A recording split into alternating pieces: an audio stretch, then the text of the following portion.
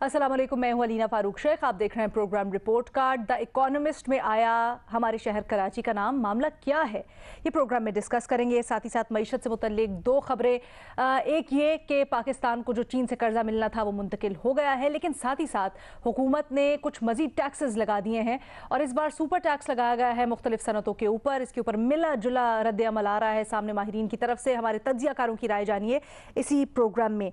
लेकिन सबसे पहले बात करेंगे हम कुछ सियासी मौजू के ऊपर, क्योंकि गुज़श्ता रोज़ साबिक वज़ीर आज़म इमरान खान ने तकरीब से खिताब के दौरान साबिक डीजी एंटी करप्शन पंजाब है, मिलिट्री इंटेलिजेंस पंजाब के साबिक चीफ हैं, ब्रिगेडियर रिटायर्ड मुजफ्फर रांझा साहब, उनके ऊपर एक बार फिर इल्ज़ाम दोहराया। उन्होंने 2013 के इलेक्शंस में जो इल्ज़ाम लगाया था कि पॉलिटिकल इंजीनियरिंग करके इमरान खान साहब के मुताबिक नून लीग को जितवाया, तो ये इल्ज़ाम दोबारा से इमरान खान साहब ने कल दोहराया और इसकी मिसाल देते हुए उन्होंने कहा कि जैसे वो इलेक्शंस में पॉलिटिकल इंजीनियरिंग हुई, नून लीग को फ़ायदा पहुंचाया गया, माजी करीब में भी कुछ इस तरह से ही हुआ। इसके ऊपर मुजफ्फर रांझा साहब का रद्द अमल भी सामने आया है। वो कहते हैं जी इमरान खान साहब झूठे हैं और उन्होंने कहा कि अगर ऐसा कोई मामला है, और इमरान खान साहब ने पहले भी क्योंकि इल्ज़ाम लगाए थे 2013 के बाद और इसके ऊपर इंक्वायरी भी हुई थी, तो इमरान खान साहब को वो ऑफ़र करते हैं कि जहाँ से कहते हैं, जिस तरह कहते हैं, एक बार फिर इंक्वायरी करवा लें उनकी तसल्ली के लिए। लेकिन अगर इंक्वायरी में वो एक बार फिर साफ साबित हुए तो वो फिर ये लिख के दें हल्फन कि जो भी जिसका भी नाम आया उसके खिलाफ क्रिमिनल प्रोसीडिंग्स होंगी। इससे बढ़कर वो ये कहते हैं, यानी मुजफ्फर रांझा ये कहते हैं कि इमरान खान 4 साल वज़ीर आज़म रहे, अगर उनको इतनी कन्विक्शन से यकीन था इन इल्ज़ामात के ऊपर तो उन्होंने तहकीकात क्यों नहीं करवाई मुजफ्फर रांझा के खिलाफ। अब यही सवाल है हमारा अपने तज्जियाकारों से, और अगर ऐसा नहीं है तो फिर मकसद क्या है इमरान खान साहब का स्टेटमेंट देने का कल। ज़रा अपने तज्जियाकारों से पूरी सूरत हाल को समझेंगे। बुनियादी सवाल इसके लिए कुछ यूँ कि इमरान खान 4 साल वज़ीर आज़म रहे, तहकीकात क्यों नहीं की इस मुजफ्फर रांझा और 2013 में पॉलिटिकल इंजीनियरिंग वाले मामले की। हमें आज पैनल पर डिस्कशन के लिए ज्वाइन कर रही हैं महमद सरफराज साहिबा, मजहर अब्बास साहब, हफीजुल्लाह नियाजी साहब, अतर काजमी साहब और इरशाद भट्टी साहब टेलीफोन लाइन पर हमारे साथ मौजूद हैं। अतर, सबसे पहले आपसे इसका जवाब चाहूँगी। बिल्कुल सही बात है, अगर खान साहब ने एक बार फिर दोहराया इल्ज़ाम, 4 साल थे खान साहब के पास, क्यों तहकीकात नहीं करवाई उन्होंने? वज़ीर आज़म थे वो तहकीकात करवा रहे थे, क्या वो तहकीकात अंजाम तक पहुंच गई? क्या जो FIA जिनके हवाले से तहकीकात कर रही थी उनके ऊपर फर्द जुर्म आयद होने दी गई? तो जो इस तरह के इदारे हैं, आप समझते हैं या कोई ये समझता है कि उनके खिलाफ अगर तहकीकात होंगी और वो तहकीकात सामने बिल्कुल क्लियर आ जाएंगी और आवाम को पता चल जाएगा? मुझे नहीं लगता कि इस वक्त हम उस पोजीशन में। आज तक जो भी तहकीकात हुई इस हवाले से, क्या हमीदुर रहमान कमीशन की रिपोर्ट हमारे सामने आ गई? क्या जो एबटाबाद कमीशन की रिपोर्ट पब्लिक हो गई? ये सारी सच्चाइयाँ, ये सारी हकीकतें पाकिस्तान की आवाम के सामने आ गई। मसला ये है कि इधर मसाइल इतने ज़्यादा हैं कि किस किस चीज़ को आप प्रोव करेंगे। वहाँ पे ये मसला भी था, यकीनन खान साहब ये इल्ज़ामात लगाते थे, दीगर जो लोगों के ऊपर करप्शन के मसाइल थे वो इल्ज़ामात भी लगते थे, तो वो उस तरफ भी मुकदमात आगे नहीं चल सके। तो ये बुनियादी तौर पर हमारे निज़ाम की कमज़ोरी है, इसलिए कि जब निज़ाम मजबूत होता है, गवर्नेंस का सिस्टम अच्छा होता है, तो इस तरह की चीज़ें वो सिस्टम खुद टैकल करता है। उस सिस्टम के अंदर इनहेरेंट ऐसे चीजें होती हैं जो इनके हवाले से तहकीकात करती हैं, चीजों को सामने लेके आती हैं, लेकिन हमारा निजाम चलता ही इसी तरह है और इसी तरह चल रहा है। जहां तक एंटी करप्शन का ताल्लुक है, उस दौर में क्या हुआ मुझे नहीं पता। हो सकता है रांझा साहब ठीक कह रहे हों, ब्रिगेडियर हैं, यकीनन ठीक कह रहे होंगे। दूसरी बात यह है कि एंटी करप्शन की अगर आप आजकल के हालात देख लें, उस्मान बुज़दार के ऊपर शोर डालते रहे कि 3 साल में लूट के खा गया उस्मान बुज़दार साहब, फरा गोगी साहिबा, लेकिन इनको मिला क्या? एंटी करप्शन एक मुकदमा बनाया 1982, कोई 40 साल पुराना। तो एंटी करप्शन आजकल तो यूज हो रही है, श्री मजारी साहिबा के खिलाफ भी यूज हुई, सियासी इंजीनियरिंग के लिए यूज हो रही है ना, तो हो सकता है उस जमाने में भी हुई हो, लेकिन मेरे पास कोई ऐसे हकायक नहीं है और इस बात से मैं एग्री करता हूँ कि तहकीकात होनी चाहिए, तहकीकात के बाद ही फैसला किया जाए। लेकिन अतर, ये जो आप बात कर रहे हैं ना, ये रांझा साहब भी कहते हैं, वो कहते हैं कि जी शायद खान साहब का ये इल्ज़ाम दोहराने का मकसद ये है कि वो इदारों को बलैन करना चाहते हैं, इसलिए वो दोबारा ये चीज़ लेके आ रहे हैं, वरना अगर इतना उनको खटक रहा था तो करवाते तहकीकात। देखिए, होता यह है कि बहुत सारे दुख आपको तब याद आते हैं जब आपको कहीं से चोट लगती है। तो खान साहब तो इक़्तिदार में थे, उस वक्त उनको बहुत सारी चीज़ें समझ नहीं आ रही थी और वो इक़्तिदार चला रहे थे और उस वक्त सब कुछ एक पेज के ऊपर था, जो एक पेज लोगों से बर्दाश्त नहीं हो रहा था। लेकिन कुछ बातें जो मियाँ साहब करते थे, अब वो खान साहब को भी समझ आ रही होंगी। तो मेरे ख्याल में अगर वो उस दौर में समझ आ जाती तो क्या पता वो तहकीकात भी करवा लेते। तो अब वो काफी चीजें वो मियां साहब वाली भी खान साहब समझ रहे होंगे कि हुआ क्या है। अच्छा, तो आप समझ रहे हैं कि वो अब वो जो मियां साहब जैसे पहले होते थे, जिस लाइन एंड लेंथ पे थे, अब क्या खान साहब उस लेंथ पे आ गए? देखिए मियां साहब की लाइन और लेंथ तो बहुत तेज है। मियां साहब कर रहे हैं? नहीं, मियां साहब की जो लाइन और लेंथ है वो तो इतनी तेज है कि उसके साथ किसी को आप कंपेयर नहीं कर सकते। मैं उनकी जो सियासत या फिर उनकी जो उनके ऊपर करप्शन के इल्जामात हैं उसमें कंपेयर नहीं कर रहा। हाँ, उनके मैं कुछ हैरान हो गई 2 मिनट के लिए। मैंने कहा एक दिन साफी साहब और भट्टी साहब एक पेज पे होते हैं, आज अथर कंपेयर कर रहे हैं इमरान खान साहब को और मियां साहब नवाज शरीफ साहब को। ये क्या हो रहा है? न्याजी साहब, आप क्या समझते हैं इमरान खान साहब ने जो ये मकसद, इमरान खान साहब ने जो इल्जाम दोहराया, इसका मकसद क्या है सर? लाइन और लेंथ मैंने ये तो सुना है कि एक्यूरेट होती है, पहली दफा सुना है कि वो तेज भी होती है। तो अतर साहब ने आज वो तेज बना दिया है। चलो हम इतना हमारा बहुत ही अच्छा बरखुरदार है, तो चलो आज फास्ट बॉलर है वैसे इमरान खान। नहीं, कोई फास्ट हो या स्लो, लाइन और लेंथ एक्यूरेट होती है। तेजी इसकी जो आ गई है, तेजी का लाइन और लेंथ से कोई तेजी का ताल्लुक नहीं है। वो अतर समझ गए। चलो एनीवे, दूसरा बात यह है कि वो बड़ा अच्छी बात क्यों नहीं, उन्होंने कहा जब आदमी को दुख पहुंचता है तो फिर उसको ये सारी बातें याद आती है, और दुख भी इमरान खान साहब का। देखिए जी, कहाँ से मैं शुरू करूं। इमरान खान साहब को जब दुख पहुंचता है तो उनको बड़ा सदमा पहुंचता है। पहले तो ये देख लें कि ये एक इंतहाई छोटी सोच है कि आप किसी बंदे को नाम ले के बगैर सबूतों के आप उसके पे कीचड़ उछालें। फिर मत भूलें कि आपकी ऑडियंस बहुत बड़ी है, जिस पे आप कीचड़ उछाल रहे हैं वो बेचारा आपको जवाब भी देना चाहे तो सदा बसरा होगी, जिसको कहा नकार खाने में तूती होगी। क्योंकि इमरान खान साहब की ऑडियंस बहुत है। जब टीवी को बात करते हैं तो यहाँ पे 15-20 हज़ार बंदे सामने जलसे में होते हैं, वहाँ लाखों बंदे जो हैं वो टीवी से ग्लूड होते हैं। इससे पहले वो मकसूद मलिक जो जिसकी डेथ हो गई दुबई में, तो इमरान खान साहब ने कहा ये मर्डर हो गया। मैं कहा बिल्कुल वो दबाव में। मैं हकीकत कहता हूँ कि जिस बेईमाना तरीके से और जिस बेशर्मी से इमरान खान साहब ने एक ऐसे आदमी का नाम लिया जो पर आपको डिफेंड नहीं कर सकता। आप एक बंदे को कर रहे हैं, उसको इस्तेमाल कर रहे हैं अपने मकासद के लिए, मजमूम के लिए, अपनी छोटी सोच के लिए, अपने सियासी फायदे के लिए, बार बार कहते हैं। और ये मेरा ख्याल है कि अल्लाह के यहाँ ये चीज़ नज़रअंदाज नहीं की जा सकती। पता नहीं वो जो मुजरम था नहीं था तो मुलजम ना, उसमें कुछ चीज़ साबित नहीं हुई। ये तो कह रहे हैं जी FIA ने जो है तहकीकात क्यों कर रहा है, उसके ऊपर ट्रायल क्यों कर रहा है, आर्टिकल 10A क्यों कहता है जी फेयर ट्रायल हो, ड्यू प्रोसेस ऑफ लॉ हो, चाहे आर्टिकल 4 कहता है। ये अतर साहब का ख्याल है ये नहीं होने चाहिए। इसमें हर बंदा गुजरता है, इमरान खान साहब को यही मिलेंगे तो उनको आसूदगी होगी। फिर उसके बाद ब्रिगेडियर रांझा साहब, मैं उनको बड़ी अच्छी तरह जानता हूँ जी, बहुत ही इम्पैकेबल कैरेक्टर है।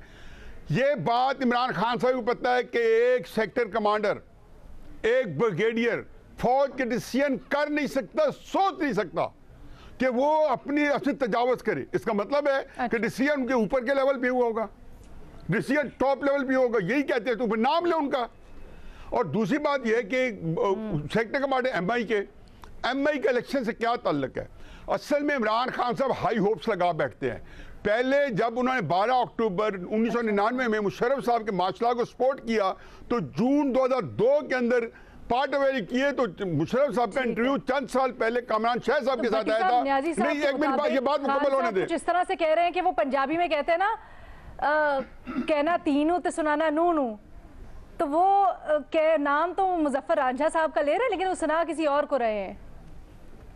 और मुलाकातें देखें, न्याजी साहब ने कहा कि MI का सियासत से या इलेक्शन से क्या ताल्लुक है, क्या ये जेन्युइनली मैंने तो कोई कहा ही नहीं MI का क्या, मेरे तो नहीं, आपको मेरा ख्याल है तर साहब लंदन में बैठ के ये चीज़ें अंदाज़ा लगाना। मैं तो ये कहा कि जो जहाँ पे पोलिटिकल इंजीनियरिंग होती है वो बेसिकली हमारे यहाँ ISI करती रही है, उसका एक सेल है सी जैसे पता नहीं क्या है, मुझे तो ज़्यादा पता ही नहीं है। तो ये वहाँ पे होती है। लेकिन MI का मतलब, लेकिन what ever sector command ISI को या MI को उसके व्यू में ये नहीं आता। और मैंने बताया ना कि ये हर दफा फिर उसके बाद इल्जाम लगाते हैं, इनकी ख्वाहिशात का समुंदर है। और ब्रिगेडियर राजा साहब ने अगर इनके पोल या एजेंसी ने इनके पोल खोले तो ये पहले कहते मेरे ऊपर इल्जाम लगेंगे, मैं परेशान हो जाऊंगा। आपने जब एक झूठे लगा दिया तो मैं सच्ची बातें बता दी। आज गुफ्तगू कर रहे थे तो उन्होंने ये कहा है कि ऐसी मेरे पास राज है उनके पास है। और इमरान खान कितनी दफा भी दुरुस्त है, प्रियम्प्ट कर चुके हैं। ये तरीका कार भी वैसे दुरुस्त है, इसके ऊपर भी हम सवाल करते हैं। बिशात भट्टी साहब की राय में जानना चाहूंगी। भट्टी साहब, न्याजी साहब की गुफ्तगू आपने सुनी, पत्थर का जवाब भी उसके ऊपर सुना। न्याजी साहब बुनियादी तौर पर ये कह रहे हैं, मकसद ये लगता है कि वो कह तो रांझा साहब को रहे हैं लेकिन सुना किसी और को रहे हैं बात। मैडम शेख, इमरान खान साहब ने हमें बताया था कि हाउस ऑफ शरीफ ने पनामा लीग से अलहदा होने के लिए उनको 10 अरब ऑफर की थी। उसके बाद वो इल्जाम का क्या बना, फिर पता चला कि वो दोस्त को कहा, दोस्त ने दोस्त को कहा, दोस्त ने दोस्त को कहा। मैडम शेख, इमरान खान साहब ने हमें बताया था कि 35 पंक्चर लगाए गए इलेक्शन में, उसके बाद उनका क्या बना, ये तो मेरा सियासी बयान था। मैडम शेख, इसके बाद इमरान खान साहब ने 12, मेरे पास है 12, किसी दिन प्रोग्राम में लिख लीजिए, इमरान खान साहब ने इल्जामात लगाए और या फिर वो भूल गए या फिर उन्होंने सिर्फ वो तकरीर करते हुए इल्जाम लगाए और उसके बाद उन्होंने चिरागों में रोशनी लगाई। मिसाल के तौर पे उन्होंने कहा था कि इसमें माफिया, हमारे मीडिया की बात कर लेते हैं, बाकी छोड़ दें, बाकी मैं 11 की नहीं बात कर रहा। मीडिया में नवाजे हुए लोग हैं, करप्ट लोग हैं, ये पिछलों के पैसे लेते हैं, माफिया है। तो कई मरतबा इमरान खान साहब को मुलाकात में भी मैंने कहा और कई मरतबा टीवी पे भी कहा कि नाम चंद सामने ले आए, कोई नहीं। पहली बात, ये एक ऐसा इल्जाम है, एक ऐसी तकरीर है, इमरान खान साहब खुद भूल चुके होंगे। मैं, लेकिन मुझे समझ नहीं आ रही कि आज इस बात का क्या फायदा है, आज क्यों दोहरा रहे हैं? अगर दोहरा रहे हैं तो इसका इनको क्या फायदा होगा? और दूसरी बात, इससे साबित क्या करना चाह रहे हैं? तीसरी बात है, 2013 का ये कह रहे हैं, 2018 इंतखाबात का कोई और कह देगा तो फिर क्या होगा? क्या फिर भी उस कमीशन में ये भी पेश हो सकते हैं? चौथी और आखिरी बात है मैडम शेख के, जो आपने भी कहा, 3 साल 7 माह 25 दिन कुछ घंटे वो इख्तिदार में रहे हैं। मान लिया अतर साहब की मैं बात मानता हूँ कि सिस्टम में कुछ भी नहीं एंड पे पहुंचता, अदालतें ये वो, लेकिन उन्होंने बिजली घर डाकों की रिपोर्ट तो लाई ना, तहकीकात तो शुरू करवाई ना, शुगर कमीशन की रिपोर्ट तो लाई ना, आटा गंदम की रिपोर्ट तो लाई ना, अद्वियात की रिपोर्ट तो लाई ना। इस पर तहकीकात करते एक रिपोर्ट कम अज कम आ जाती और आज हम भी उस रिपोर्ट को सामने रख के तो रांझा साहब को गिल्टी या मुजरम या मासूम साबित कर रहे होते। तो लिहाजा मुझे नहीं समझ लगती कि ये अब 2013, उसके बाद हमूदुर रहमान कमीशन, उसके बाद तकसीम पाकिस्तान, उसके बाद पहली जंग अजीम, उसके बाद दूसरी जंग अजीम में भी हमारी इस्टेब्लिशमेंट ने हिटलर को हरवा दिया था। हमारी इस्टेब्लिशमेंट ने वादा हिटलर को कहा था कि आपने सर्दियों में अंदर जाना है, जाके उधर रूस पर हमला करना है। बेचारा हिटलर हार गया था। नेपोलियन को भी हमारी इस्टेब्लिशमेंट ने पकड़ा था। इसके अलावा जो वो वाटरगेट स्कैंडल आया था इलेक्शन का, वो भी हमारी इस्टेब्लिशमेंट ने किया था। क्या फायदा इससे? आगे बढ़े और कोई सबूत है तो लाएं। जी भट्टी साहब, आपका जवाब आ गया। भट्टी साहब, अलीना नासिरुल मुल्क कमीशन रिपोर्ट 2013 के इलेक्शन पे बनी और पब्लिश्ड है। नासिरुल मुल्क जस्टिस नासिरुल मुल्क कमीशन रिपोर्ट। असल में क्राइसिस ये होता है कि हमें दरमियान में से बड़ी सहूलत के साथ फैक्ट्स को जो है ना हम पूरी तरह इनकॉर्पोरेट नहीं करते और इसके अंदर कहीं पे बता दें कि किसी तरह का हर चीज इनकॉर्पोरेट है। इमरान खान साहब ने तस्लीम की है रिपोर्ट पहले भी, और अब भी उन्होंने चैलेंज किया है कि राजा साहब ने कि कमीशन बनाए और उसी बात तहकीक कराएं, जो गिल्टी है उसको उठा के कहते कैपिटल पनिशमेंट दे दें जो झूठ बोल रहे हैं। एग्जैक्टली। महमल की राय जानना चाहती हूँ मैं इसके ऊपर। सर, अगर आप लोग मुझे अलाउ करें प्लीज। तो महमल जी। एलिना, देखिए बात ये है कि इसकी सीधी सी वजह है वो ये कि इसमें सच्चाई नहीं उनके इल्जामात में, तो इस वजह से उन्होंने अपने दौर में भी इसके ऊपर इंक्वायरी नहीं कराई। क्योंकि जिस तरह उन्होंने नजम सेठी साहब के ऊपर 35 पंक्चर का राग लापा, झूठे इल्जाम लगाते रहे और एंड पे कह दिया कि सियासी बयान था। उसके बाद जो जुडिशल कमीशन बनाई गई इनकी रिगिंग एलिगेशंस के ऊपर, उसने भी यही कहा कि कुछ लैप्सेस जरूर थे, लेकिन बाय एंड लार्ज 2013 के इलेक्शन जो हैं वो उनमें कोई मुनज़्ज़म धांधली नहीं हुई। तो ये भी चीज सामने आ गई। अच्छा, अब अगर दूसरी बात ये है कि अगर 2018 के इलेक्शंस के ऊपर ये भट्टी साहब ने जिस तरह कहा कि अगर उसके ऊपर कोई तहकीकात का कहे, तो उसके ये भी एक वजह थी कि उनको मालूम था कि 2013 में तो ये चीजें सामने आई हैं कि नहीं हुई कोई मुनज़्ज़म धांधली, लेकिन 2018 की हकीकत से वो भी वाकिफ थे। तो अगर वो 2013 की इंक्वायरी खुलवाते तो फिर उनको 2018 की भी खुलवानी पड़नी थी, और फिर उसके अंदर तो बहुत कुछ सामने आ जाना था कि आरटीएस कैसे बैठा, कितनी सीटें कहां गई, प्री पोल रिगिंग क्या हुई, कौन किस तरह से पीटीआई में आया नहीं आया। तो ये जो चीजें, और अब वो इस वक्त इसलिए ये सारी बातें कर रहे हैं। एक तो ठीक है वही वाली बात आपने कि सुनाना किसे नू कहना किसे नू, वो अलहदा बात है, लेकिन दूसरी बात ये भी है कि उनको ये अगर नजर आ रहा है कि अगर ये गवर्नमेंट स्टेबल हो जाती है, या पंजाब के बाई इलेक्शंस के अंदर अगर उनको नजर आ रहा है कि कुछ इलेक्टेबल्स हैं जो सीटें निकाल सकते हैं, तो वो इस चीज को प्रीएम्प्ट कर रहे हैं, इसको रिगिंग कह के पहले से ही इल्जामात लगाकर सबूत लेकर आए। देखिए 3.5 साल पौने 4 साल बनाने की कोशिश बना लेते इन्वेस्टिगेशन, अगर उनको लगता था इंक्वायरी कमीशन बनाकर उस पे ले आते, प्रूफ करते। बिल्कुल ये एक सियासी बयान है, इसके अंदर और कोई हकीकत नहीं है कि अगर वो 2013 की खुलवाते तो फिर 18 में भी डिमांड हो जाती, खुलवाना पड़ता, क्योंकि उस वक्त बड़े तहफ्फुज़ात आ रहे थे उससे मुतालिक भी। मज़हर अब्बास साहब, आपकी क्या राय है इसके ऊपर? देखिए, इमरान खान क्या करते क्या नहीं करते वो तो अपनी जगह है। जिस वक्त उन्होंने ये इल्ज़ाम लगाया था तो उस इदारे ने क्या इंक्वायरी की थी, और उस इदारे ने इस चीज़ को डिनाई उस वक्त क्यों नहीं किया? आईएसपीआर ने उस वक्त की, आईएसपीआर ने इस हवाले से कोई बात की? फिर ये कि खुद ब्रिगेडियर रांझा ने जब उन नौकरी इस वजह से छोड़ी तो ब्रिगेडियर रांझा खुद इमरान खान को अदालत में क्यों नहीं ले गए? मेरे ख्याल है उन्हें ले जाना चाहिए था। और अब भी जब उन्होंने इल्ज़ाम ये दोहराया है तो ब्रिगेडियर रांझा साहब को, चाहे हमारे अदालती निज़ाम जितना भी नाक़िस है और बहुत नाक़िस है, सर हमारी यहाँ डिफेमेशन लॉज अगर होती ना, जैसे अभी बताया अभी नियाज़ी साहब ने, नासिर उल मुल्क रिपोर्ट आ चुकी थी, तो रांझा साहब का मौक़िफ़ तो ये है कि उनके मुताबिक सब कुछ सामने आ चुका है ना। एक मैं ऐड करूं, नहीं वो तो मतलब एक लुकमा ले लें। ब्रिगेडियर रांझा साहब ने ये बात कही है कि मैं जब जाऊंगा तो ज़ाहिर है इदारा को अप्रूवल देनी है, क्योंकि पूरा इदारा उसके अंदर ये वो जॉब नहीं है कि सियासी जमात का एक बंदा है, ये पूरा इदारा चैलेंज होता है। तो वो फिर इदारा ऐसे नहीं इजाज़त दे देगा ब्रिगेडियर रांझा साहब को करें, लेकिन उन्होंने खुद कहा कि भाई इमरान खान साहब ये करें, और अब वो कह रहे हैं कि अब मैं जाऊंगा चाहे मुझे इदारा रोके। पहली चीज मज़े साहब, हाँ, पहली चीज ये कि रांझा साहब अब रिटायर्ड हैं। हमारे यहाँ पता नहीं कभी कहा जाता है कि रिटायर्ड अफसर का हमसे कोई ताल्लुक नहीं है, कभी जो है ये कहा जाता है कि रिटायर्ड अफसर को आप फलां रिटायर्ड अफसर को आप ले सकते हैं, फलां को नहीं ले सकते। मेरा इससे मसला नहीं है। मेरा मसला ये कि इमरान खान का ने जब इल्ज़ाम लगाया था तो वो बहुत ही संजीदा इल्ज़ाम था, और उस वक्त रांझा साहब सर्विंग ब्रिगेडियर थे, तो उस वक्त इदारा क्यों खामोश रहा? उस वक्त कोई जवाब उसका क्यों नहीं आया? और आज भी जब रिटायरमेंट के बाद उन्होंने नौकरी इस वजह से छोड़ी, इदारे ने उसका भी कोई नोटिस नहीं लिया, या लिया तो मुझे पता नहीं। आज भी रांझा साहब पे अगर वो मुसलसल इल्ज़ाम लगा रहे हैं तो रांझा साहब को खुद उन्हें अदालत ले जाना चाहिए, और बाकायदा उनके इस सिलसिले में उन्हें पोजीशन लेनी चाहिए।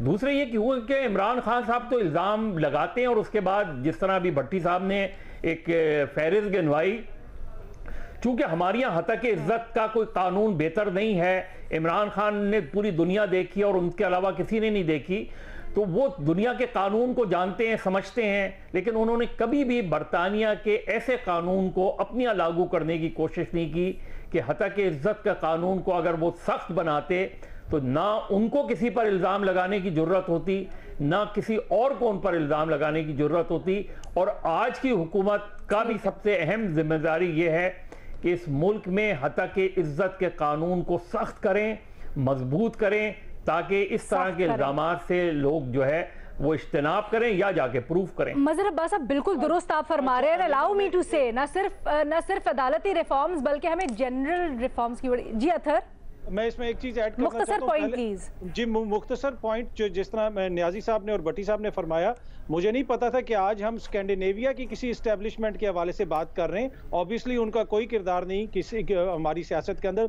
दूसरी बात ये चीज कि 2018 के जो इल्जामात ये हुकूमत लगाती थी कि सिलेक्टेड है, इसको सिलेक्टर्स लेके आए, इन्होंने क्या कोई तहकीकात शुरू करवाई है?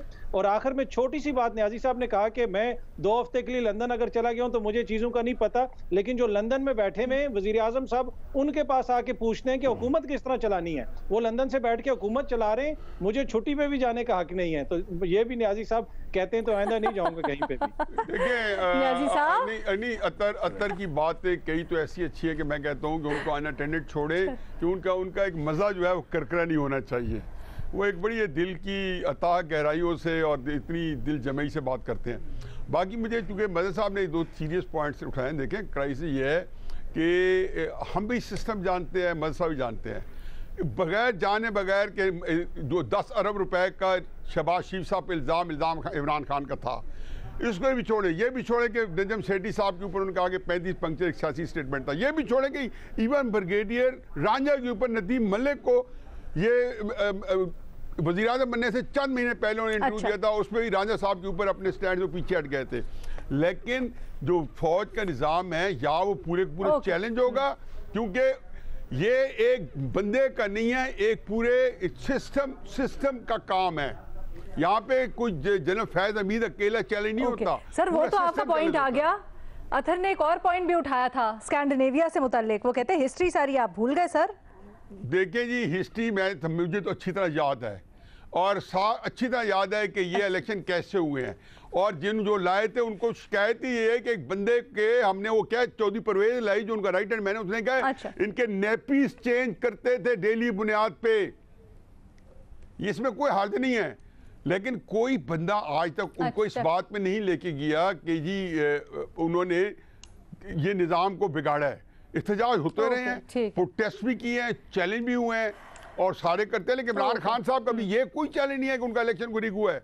उनका चैलेंज ये है कि जो इत्तेहादी मेरे साथ आए थे असेंबली में, वो मुझे पॉइंट नोटेड न्याजी साहब, नोटेड पॉइंट नोटेड न्याजी साहब। फिर घूम फिर के हम वहीं पे डिस्कशन में आ जाते हैं। मेरा ख्याल है हम ये पहले भी डिस्कस कर चुके हैं। हमारे तज्जियाकारों की बुनियादी सवाल से मुताल्लिक आपने राय जानी, और अभी मज़हर अब्बास साहब बात कर रहे थे रिफॉर्म्स की, तो ना सिर्फ रिफॉर्म्स, अदालती रिफॉर्म्स दीगर, बल्कि जनरली बहुत सारी रिफॉर्म्स की ज़रूरत है, और उसमें आगाज़ करना चाहिए जी मईशत से, क्योंकि ये बीड़ा उठा के आई थी ये हुकूमत कि हम यहाँ पर इस्लाहात करेंगे और समत दुरुस्त करेंगे। आज इस सिलसिले में एक अहम डेवलपमेंट हुई है, उसको डिस्कस करेंगे ब्रेक के बाद।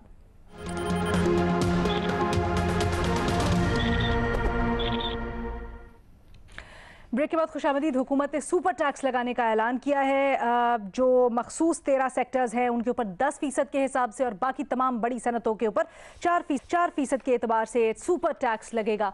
और इसके ऊपर बड़ी दो राय पाई जाती है। कुछ माहिरीन तो ये कहते हैं कि अच्छा इकदाम है, टैक्सिंग द रिच कह रहे हैं इसको, जो अमीर अवाम है उससे, सनतों से पैसा वसूल करेंगे और वहाँ से जो डेफिसिट है वो पूरा करेंगे। लेकिन उसके ऊपर दूसरी राय ये आ रही है कि आप सिर्फ जो पहले से टैक्स नेट में मौजूद हैं, सनतें हैं, उनके ऊपर टैक्स लगा के मजीद मईशत को नुकसान पहुँचा रहे हैं। आपको तो जो नॉन फाइलर्स रिच हैं, यानी अमीर लोग जो कि टैक्स नहीं देते, उनके ऊपर टैक्स लगाना चाहिए था, उनको निज़ाम में लेके आना चाहिए था। तो ये किस किस्म की इस्लाहात हुई और हर रोज़ क्या चेंज हो जाता है? तो क्या सनतों पर सुपर टैक्स लगाना ठीक है, हाँ या नहीं? ये अपने तज्जियाकारों से हम जान रहे हैं आज। महमल, क्या राय है आपकी? देखिए रीना, बात यह है कि इस वक्त पाकिस्तान के जो हालात हैं वो हमारे सामने है कि एक बहुत बुलंद करंट अकाउंट डेफिसिट जो है वो 17 अरब डॉलर का, फिर उसके बाद 5,000 अरब का जो है वो आपका बजट का खसारा है, फिर उसके अलावा जो एक महंगाई का तूफान है, उसके अलावा आपके ये तारीख का सबसे बड़ा कर्जा आपके ऊपर है। तो ये जो सारी चीज़ें मिलकर एक आपकी जो मुआशी सुनामी जो हिट की है, तो उसकी वजह से कुछ ना कुछ इक़दामात तो देने ही पड़ने थे। और ये इकदाम मैं समझती हूँ कि इस चीज से बहुत बेहतर है कि अवाम के ऊपर सेल्स टैक्स मजीद लगा दिया जाता, जिससे मजीद इन्फ्लेशन में इजाफा होता। तो बेहतर था कि ये वाला एक वन टाइम टैक्स लगाया गया। लेकिन मैं ये जरूर कहूंगी कि ये ऑलरेडी उन लोगों पे लगाया गया है लीना जो ऑलरेडी 33 से 34% टैक्सेस देते हैं, यानी कि वो वैसे ही टैक्स नेट के अंदर थे। तो आप टैक्स नेट, आप टैक्स बेस को ब्रॉडन नहीं कर रहे ना, आप इसके अंदर बड़े एग्रीकल्चर लैंडलॉर्ड्स को लाए हैं, ना आप इसके अंदर रियल एस्टेट वालों को लाए हैं। रिटेल में भी आपने छोटा सा फिक्स टैक्स लगा दिया है जो छोटे रिटेलर्स के ऊपर। तो ये जो चीजें हैं इनको तो आप बेहतर करते हैं, आप प्रोफेशनल्स के ऊपर उनकी इनकम के प्रोपोर्शनेट टैक्सेस लगाते हैं, आपने वो चीजें नहीं की। और फिर ठीक है जी, क्या अच्छा, ये आपकी पॉइंट बड़ा इंटरेस्टिंग है। जब देखिए बेसिकली बात ये है कि आपने टैक्स इकदाम किया है कि सनतों के ऊपर लगाया और आवाम के ऊपर इनडायरेक्ट टैक्सिंग वन टाइम है कि इस वक्त जरूरत थी, तो इसमें मैं खामी नहीं देखिए इसमें खामी कोई नहीं मुझे नजर आती। ठीक है, लेकिन मुझे इसके अंदर खामी इसलिए नजर आती है कि और बहुत सारे मसाइल थे, लेकिन फिर भी इनको ठीक है, ओके न्याय साहब। लेकिन ये बड़ा इंटरेस्टिंग भी है क्योंकि आप देखें ये क्या गारंटी है कि ये सनतें कंज्यूमर तक, आवाम तक ये टैक्स मुंतकिल नहीं करेंगी। अगर कल को ये टैक्स आवाम की जेबों से ही जाना है मजीद महंगाई की शक्ल में, तो फिर क्या फ़ायदा हुआ? देखिए लीना, इस वक्त हम कैच 22 सिचुएशन में हैं।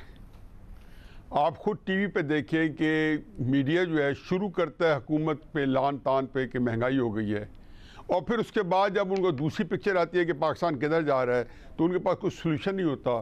तो वो ये कहते हैं जी कि ये अब हुकूमत को कुछ ऐसा करना चाहिए। फिर आता है कि गरीबों से तो टैक्स दे रहे हैं, हर बंदा दे रहा है। जो बंदा दूध इस्तेमाल करता है, पानी पे हम टैक्स दे रहे हैं, हर छोटा आदमी बेचारा दे रहा है कि हर चीज़ पे टैक्स दे रहा है जो इस्तेमाल कर रहा है, नॉट टू टॉक ऑफ बिजली, पेट्रोल वगैरह। अब देखें, मेरा ख्याल है कि एक टाइम हर एक को अब बेल्ट टाइट करनी होगी। इसका बहुत नुकसान होगा। सनतें आपकी जो है, कौन सी हमारी इंडस्ट्री कंपेटिटिव तो है नहीं। अगर ये आप मोबाइल जो है हम क्यों नहीं बनाते, इसलिए कि हम चाइना से कम्पीट नहीं कर सकते।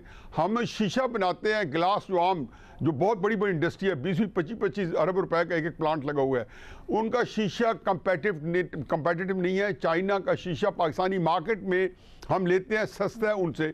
तो क्राइसिस है कि आपकी इंडस्ट्री पहले भी कंपेटिटिव नहीं है। उसकी रीजन कई हैं, निम्बलनेस नहीं है, वर्कर्स में डेक्सटेरिटी नहीं है, वो एक वेस्टेजेस ज़्यादा हैं।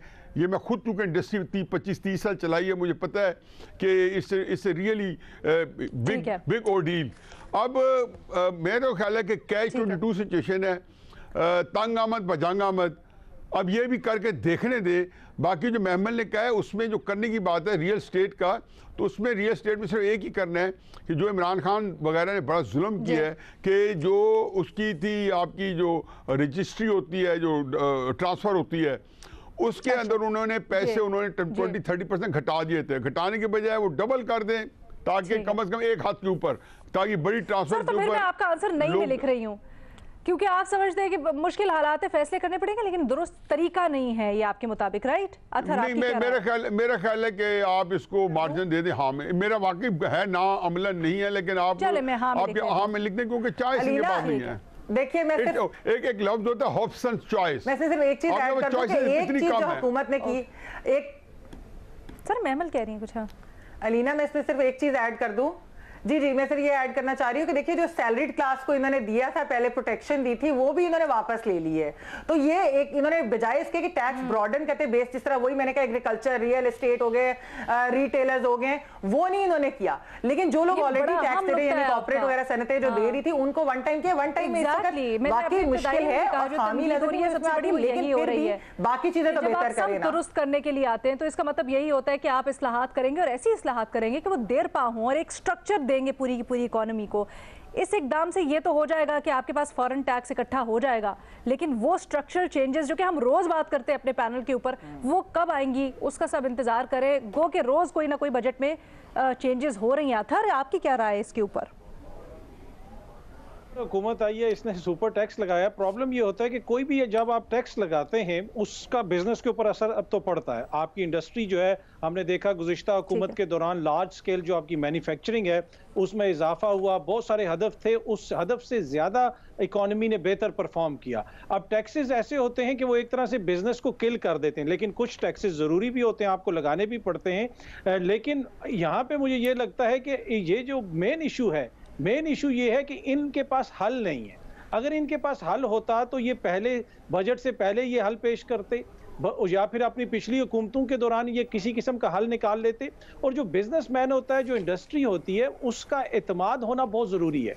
जब वो चीज़ ये समझता है कि यार ये जो हुकूमत फैसला कर रही है ये इकोनॉमिकली बेहतर फैसला होगा, इस पे हमें एतमाद है, तो फिर वो भी उसको ईजिली कबूल भी कर लेता है और उसको समझ भी लेता है। लेकिन जब आपके इकोनॉमिक फैसले लंदन में बैठ के हों, और लंदन से आपके जो है वो मिफ्ता इस्माइल साहब को बताया जाए कि आप ये करें या आप वो करें, हाँ वही ना, मतलब कि छुट्टी कोई जाए लंदन तो न्याजी साहब को वो बर्दाश्त नहीं है। मियाँ साहब लंदन बैठ के हुकूमत चलाएं, साग डार साहब लंदन बैठ के इकोनॉमिक फैसले करें, उसके ऊपर न्याजी साहब जो हैं वो बिल्कुल राजी हैं। तो वो भी ऐसी खबरें आ रही हैं अभी, हो सकता है कि मैं मुझे पूछ लेते तो मैं एग्री कर जाता सर, लेकिन आप ये बता दें, मुझे पूछ ले तो अतर आप फिर सुपर टैक्स ठीक नहीं है, राइट? सर अलाउ करें मुझे जरा डिबेट को आगे लेके चलते हैं। तीसरा सवाल बड़ा you do not agree with the super tax, right? No it's not black and white, ये ब्लैक एंड व्हाइट नहीं है। हो सकता है इस वक्त हुकूमत को जरूरत हो, लेकिन असल मसला जो है ना, एतमाद का फुकदान है इस हुकूमत के ऊपर और उसकी मौशी पॉलिसियों के ऊपर।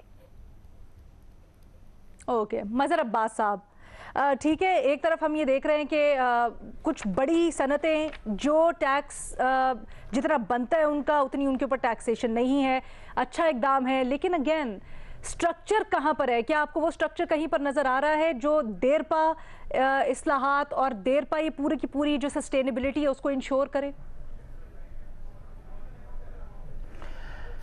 नहीं, मेरा ख्याल है इसका रद्द-ए-अमल ऑलरेडी सामने आ गया है, और वो आपने देखा कि स्टॉक एक्सचेंज आज तकरीबन क्रैश करते हो के करीब आ गई थी, और इसके ट्रिकल डाउन इफेक्ट्स आएंगे और वो उस वर्कर पे आएंगे जो उन इंडस्ट्रीज में काम कर रहा है।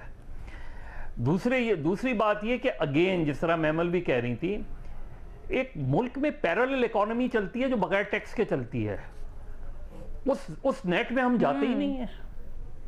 वहां पुलिस का टैक्स चलता है, वहां मुख्तलिफ ग्रुपों का टैक्स चलता है, जिसका टैक्स होना चाहिए उसका टैक्स नहीं चलता। यानी इस शहर में अगर 3 करोड़ लोग रहते हैं तो यहां इस शहर के अंदर एक पूरी पैरेलल इकोनॉमी है जिसको आप टैक्स नेट में लाते ही नहीं है। क्यों नहीं लाते? मसला यह है कि एफबीआर में जिस तरीके की रिफॉर्म्स होनी चाहिए वो अगर सही मानों में रिफॉर्म्स हो तो टैक्स कलेक्शन भी सही हो, आपके बर्डन भी कम हो, उस तरफ नहीं जाते। उठा के ऑलरेडी बिल्कुल आपने बड़ा फैसला किया, लेकिन क्या जिन लोगों पे ये सुपर टैक्स लगाया है उनका रद्द अमल क्या है इस पर? क्या उन्होंने खुश दिली से इसको एक्सेप्ट किया है? क्या वो इसे एक्सेप्ट कर भी रहे हैं या नहीं कर रहे हैं? और उनका रद्द अमल हमें अभी आ जाएगा, चंद हफ्तों में सामने आ जाएगा। तो ये जो हमारी एक्सरसाइज होती है, बजाय इसके कि हम टैक्स नेट को बड़ा करते, बजाय इसके कि हम एफबीआर में एक रेवोल्यूशनरी रिफॉर्म्स करते, बजाय इसके कि हम उन लोगों से टैक्स वसूल करते जो टैक्स देते ही नहीं हैं और लाखों करोड़ों रुपए ले जाते हैं, हम टैक्स वालों के ऊपर मजीद टैक्स लगाने ऊपर चले गए हैं। तो मुझे नहीं लगता कि ये वर्केबल होगा, चाहे ये वन टाइम ही क्यों ना हो। दूसरा अलीना, जो रिफॉर्म्स है ना वो सियासी फैसला आपको ज्यादा लग रहा है, मतलब मैं जो मजहर साहब ने बड़ी इंपॉर्टेंट रिफॉर्म्स की जानिब इशारा किया, पर वो लॉन्ग टर्म सोल्यूशन है। इस वक्त हमें मसला है कि फौरन हम क्या करें, ये प्रॉब्लम है हुकूमत के लिए। नहीं, लेकिन देखें ना, उसके लिए तो हम देख रहे हैं ना कि हुकूमत ने भी, शौकत तरीन साहब ने कहा था कि वो 5 लाख पॉइंट ऑफ सेल लगाएंगे, लेकिन हुआ क्या कि 10,000 पॉइंट ऑफ सेल भी नहीं कर सके, और उससे जो 50 अरब उन्होंने इकट्ठे करने थे उसकी बजाय मुश्किल से 1.5 से 2 अरब रुपए इकट्ठे हुए। तो इस हुकूमत को भी चाहिए कि कुछ चीजें चले, अगर वो एक अच्छा प्लान था वो नहीं इंप्लीमेंट कर सके तो यही कर ले इंप्लीमेंट। नहीं, इवन ये भी है ना कि चले पैरेलल आप उसके, अगर आप कोई हंगामी इक़दामात कर भी रहे हैं तो उसके पैरेलल कुछ ऐसी इस्लाहात भी शो करें जो देरपा हों, जो आपको नजर आए कि सस्टेनेबल भी है। एक छोटी सी ब्रेक लेनी है जी हमने, वापस आते हैं इरशाद भट्टी साहब का तज्जिया भी शामिल करेंगे।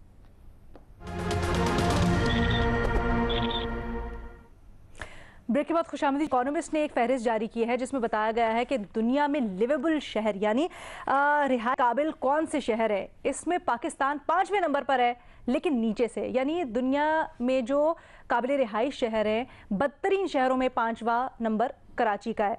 अब इतने साल कंसिस्टेंटली एक ही हुकूमत रहे, लेकिन उसके बाद भी ये एजाज़ पाकिस्तान को हासिल हो, इसका जिम्मेदार कौन है?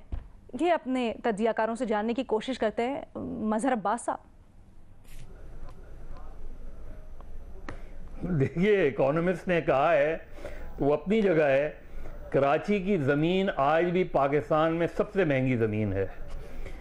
कराची के मकानात हों, अपार्टमेंट्स हों, सबसे महंगे हैं। लेकिन जिस तरफ इकोनॉमिस्ट ने इशारा किया है वो बहुत अहम बात है। देखिए, कराची साल से, मेरा तो ये कंसिडर्ड ओपिनियन है कि कराची आज से 15-20 साल पहले से कराची अनगवर्नेबल और अनमैनेजेबल हो गया है। कराची में आप सोचें ना कि अगर 120 गज की प्लॉट के ऊपर आप 6 मंजिला खड़ी कर देंगे सर, ये सेहरा किसके सर? तो खड़ी तो हो जाएगी वो कभी कभी। इसलिए कराची को इस कैटेगरी में लाया गया है, क्योंकि प्रैक्टिकली आप आबादी पे आबादी जो है वो बढ़ती जा रही है, 3.5 करोड़ के करीब पहुंचती जा रही है, लेकिन ना पानी की सहूलत है, ना सीवरेज है, सड़कों पे अरबों रुपए खर्च करते हैं, लेकिन वो सड़क एक बारिश में बैठा देती है। मुझे बता दे सर, इस एजाज के ऊपर हम मुबारकबाद किसको दे सर? कौन है? हाँ, माशाल्लाह, ये इस कराची के हवाले से कलेक्टिव मुबारकबाद दी जाए। इसमें सिविलियन गवर्नमेंट्स को भी मुबारकबाद दी जाए, पीपल्स पार्टी को खास तौर पे मुबारकबाद दी जाए, क्योंकि सबसे ज़्यादा सिंध में हुकूमत उन्हीं की रही है। यहाँ इसमें जो माशाल्लाह गवर्नमेंट्स रही हैं उनको मुबारकबाद दी जाए। सब ने मिल के इस शहर को तबाह किया, इस शहर को लूटा, इस शहर से पैसे ले गए और इस शहर को आज तक किसी ने ओन नहीं किया। इसलिए कराची 5वें नंबर पे तो है, लेकिन कराची अनकरीब पहले नंबर पर भी आ जाएगा, अनमैनेजेबल हवाले से, अनगवर्नेबल हवाले से। सर, वो जो बाकी 4 हैं वो भी दमिश्क, त्रिपोली टाइप शहर हैं, अब उनसे 5वें नंबर पर आ रहे हैं कराची, तो अब क्या ही कह सकते हैं। लेकिन पीपल्स पार्टी को आपने मुबारकबाद दी। जरदारी साहब महमल कहते हैं, अगर मुझे मुल्क की बागडोर मिली अगली दफ़ा, जिसकी उन्होंने उम्मीद का भी इजहार किया, तो मैं 110 डिग्रीज बदल दूंगा मुल्क की शक्ल को। तो वो कराची की शक्ल तो बदली नहीं अभी तक, बल्कि बद से बदतर ही होती जा रही है। तो क्या कहें अब इसके आगे? देखिए लीना, इसमें तो कराची के ऊपर तो जो ये आई है रैंकिंग, ये एक्चुअली पीपल्स पार्टी हुकूमत के सारी इस चेहरे को जाना चाहिए, क्योंकि आप मुझे बताइए कि ये उनकी तीसरी हुकूमत है इस वक्त। पहली में तो वो मरकज में भी थे, फिर सूबे में भी आए। 18वीं तरमीम के बाद सबसे लंबी जो गवर्नमेंट की है वो पीपल्स पार्टी ने ही सिंध के अंदर की है। तो ये भी नहीं वो कह सकते कि रिसोर्सेज नहीं थे। आप मुझे बताएं कि सेफ सिटी प्रोजेक्ट क्या कराची के अंदर हुआ?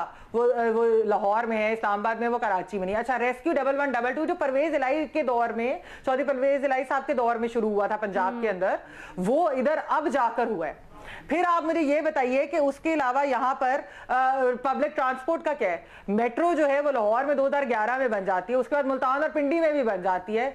इधर आप मुझे बताइए कि ग्रीन लाइन एक मरकज का प्रोजेक्ट है। आप ये भी नहीं कह सकते आज हम गुजर रहे थे, वो कभी मरकज में नहीं रहे, वो मरकज में भी 5 साल। बड़ी बस मैं अलीना आज लाहौर से कराची ड्राइव करके, सॉरी मैं एक बात करना चाहती हूं। अच्छा जी, मैं सिर्फ एक एडिशन करना चाह रही है लीना कि मैं लाहौर से कराची ड्राइव करके आई हूँ आज। और आप डिफरेंस एक देख सकते हैं, यहाँ पर ना वेस्ट मैनेजमेंट है, वाटर की जिस तरह बात की, टैंकर माफिया इधर है, गंद ही गंद हर तरफ नजर आता है, एक डिफरेंस नजर आता है। तो ये कैसे हो सकता है कि इतने सालों से आपकी तीसरी हुकूमत है और आपके पास रिसोर्सेज भी है 18वीं तरमीम के बाद, तो आपने कराची के ऊपर कैसे नहीं अभी तक जो है वो फोकस किया और कैसे नहीं? ट्रांसपोर्ट की बात कर रही थी तो बसेस हमें पेडेस्ट्रियन ब्रिज के ऊपर, प्लेकार्ड के ऊपर तो नजर आ रही हैं, लेकिन सड़कों के ऊपर अभी तक चलती हुई नहीं नजर आ रही।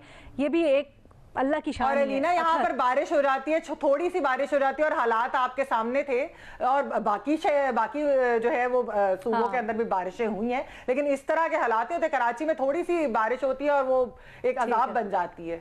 अथर को भी शामिल है, गुफ्तगू करते हैं, टाइम हमारे पास थोड़ा मुख्तसर है, सबको एक एक कमेंट करने का मौका देते हैं। अथर, देखें, जिस तरह आपने कहा कि आसिफ अली जरदारी साहब ने कहा कि अगर हम हुकूमत में आए तो हम 110% जो है वो तरक्की कर देंगे या उसको बदल देंगे, तो तरक्की में भी उन्होंने 10% एक्स्ट्रा डाल दिया। मसला ये है कि कराची शहर के अंदर कोई एक दिन की कहानी नहीं है, साल साल की ये कहानी है।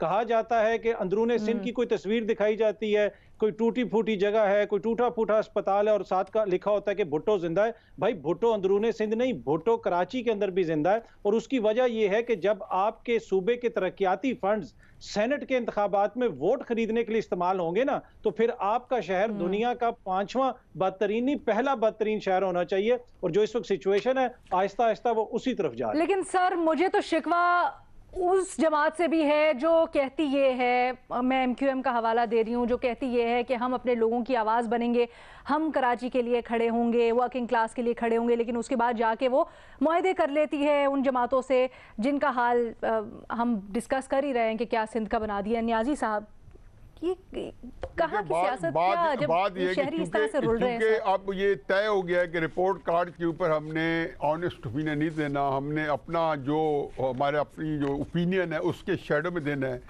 तो पेशावर और लाहौर, खसूसन लाहौर, जिसको शहबाज शरीफ साहब 2018 में छोड़ के गए थे, अब देखें तो लगता है कि bull in the China shop. यकीन जाने के अब कुछ चंद हफ्ते से कुछ फिर सफाई शुरू हुई है, वगरना वेस्ट मैनेजमेंट कंपनी ने भगा दी थी टर्की वाली। और लाहौर का क्या शहर, मुझे कराची के बारे में मदर साहब अथॉरिटी है, उन्होंने जो कुछ कहा है मैं 100% उनके साथ हूँ, मुझे देखा नहीं है।